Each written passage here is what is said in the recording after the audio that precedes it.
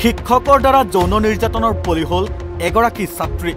ছাত্ৰীগৰাকীক দাবী ধমকিৰে প্ৰস্ৰাৱগাৰলৈ যাবলৈ বাধ্য কৰাৰ লগতে যৌন নিৰ্যাতন চলোৱাৰ অভিযোগ উঠিছে শিক্ষকগৰাকীৰ বিৰুদ্ধে। 11 বছৰীয়া ছাত্ৰীক যৌন নিৰ্যাতন চলোৱাক লৈ উত্তাল শিৱসাগৰৰ দিচাংমুখ।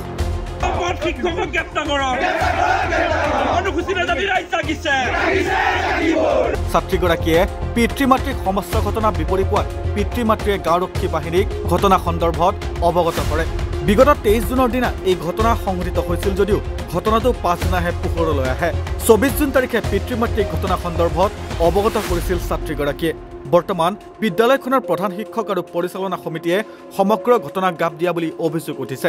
ঘটনাটো সংঘটিত কৰি জঘন্য শিক্ষক উজ্জ্বল দাৰিক পলাই ফুৰিছে বুলি খবৰ পোৱা গৈছে। সমগ্ৰ ঘটনাক লৈ পৰিয়ালৰ লোকে শিৱসাগৰ জিলাৰ দিচাংমুখ থানাত বৰ্তমান এজাহাৰ দাখিল কৰিছে। উদয়জ্যোতি প্ৰাথমিক বিদ্যালয় এজন ছাৰজনে কিবা আমাৰ ছোৱালীজনীক বাথৰুমলৈ মাতিছিলে। তাৰপিছতে ছোৱালীজনীয়ে নাজানোজা কৈছিলে। তাৰপিছত ছোৱালীজনীক একদম ধমকি দিলে, আহিছে না নাহা বুলি। তাৰপিছত ছোৱালীজনী গ'ল। ছোৱালীজনী যোৱাৰ পিছত হাতখনত ধৰি পেলাই তাৰপিছত বুকুত টিপিকি দিলে। তাৰপিছত ছোৱালীজনীয়ে পৰা ঘৰত গৈ ক'লেগৈ। কোৱাৰ পিছত আমি আহি হেড ছাৰক আপত্তি দিলোঁ। হেড ছাৰে পৰা কথাটো ইমান গুৰুত্ব নিদিলে। তাৰপিছত নিদিয়া দেখি আমি আকৌ ভিডি পাতিক আমি জনালোঁ, কাগজ দিলোঁ। তিনিঘৰ পৰীক্ষক গোট খাই লৈ আমি ভিডি পাতি কাগজখন দিলোঁ। ভিডি পাতিয়ে বিচাৰ কোচা কৰি মেলি ক'লে যে সেই ছাৰজন এতিয়া বোলে সদৰ থানাত ধৰিলে বোলে। তেতিয়াহ'লে বোলে মানুহজনী এনেকৈ বোলে মেডিকেলত পৰি আছে বোলে। তেতিয়াহ'লে আপোনালোকে কিবা এটা কওক বোলে, মিট মাত কয় নে কি কয় কওক সেনেকৈ বুলি ক'লে। তাৰপিছতে মিট মাত আমি বোলো নকওঁ মিট মাত, আমি কেলৈ এজনী ছোৱালী আমি বিকিব নোৱাৰোঁ, সন্মান বিকিব নোৱাৰোঁ, আমি ছোৱালীজনী ঘূৰাই নাপাওঁ। আমাৰ ছোৱালী এনেকৈ কেলৈ কৰিলে ছাৰজনে? এজনী নহয় কেইবাকেইজনী ছোৱালী এনেকুৱা কেলৈ কৰিলে? তিনিজনী কৰিলে, তাৰ আগতো কৰিলে বাৰু। সেইকেইজনী বাৰু ভিডি পাতিয়ে তাৰপিছত মিলাপ্ৰীতি কৰি থৈ দিলে কথাটো। মাষ্টৰজনৰ নাম উজ্জ্বল দাৰিক।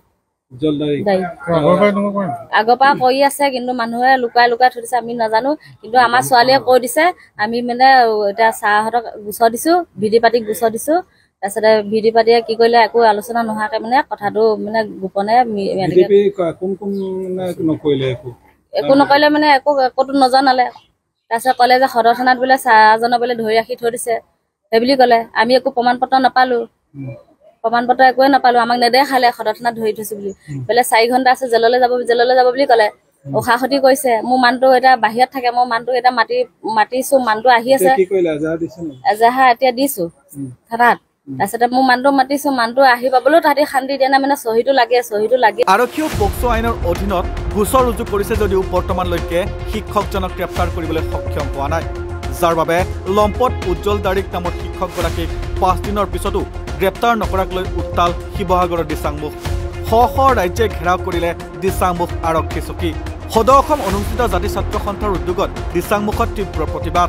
উজ্জ্বল দাৰিক নামৰ লম্পট শিক্ষকগৰাকীক তাৎক্ষণিক গ্ৰেপ্তাৰৰ দাবী সদৌ অসম অনুসূচিত জাতি ছাত্ৰ সন্থাৰ। পক্সো আইনৰ কঠোৰ ধাৰাত গ্ৰেপ্তাৰৰ দাবী ছাত্ৰ সংগঠনটোৰ। যোৱা 23 তাৰিখৰ দিনা 3গৰাকী পঞ্চমান ছাত্ৰীক এজন লম্পট শিক্ষকে শিক্ষাৰ পোহৰ বিলাবলৈ অহা শিক্ষকৰ নামত কলংক সনা সেই লম্পট শিক্ষক এই উজ্জ্বল দাৰিকে 3গৰাকী ছাত্ৰীক যৌন নিৰ্যাতন চলোৱাৰ পিছতো আজি তাৰ সময়লৈকে প্ৰশাসন নিমাত আৰু নীৰৱ। আমি তাৰ কাৰণে আজি সদৌ শিৱসাগৰ জিলা অনুসূচিত জাতি ছাত্ৰ সন্থা গাঁওবাসী চব ক্ষোভিত হৈছোঁ। ইমান ডাঙৰ এটা ঘটনা, ইমান ডাঙৰ এটা কাণ্ড হৈ যোৱাৰ পিছতো, জঘন্য কাণ্ডৰ পিছতো আজিও কিয় নিমাত, আজিও কিয় উজ্জ্বল দাৰিকক গ্ৰেপ্তাৰ কৰিব পৰা নাই, তাক লৈ কিন্তু সকলো মানুহৰ মাজত প্ৰশ্ন উদয় হৈছে। আমি আজি দাবী জনাইছোঁ, 24 ঘণ্টা সময় দিছোঁ।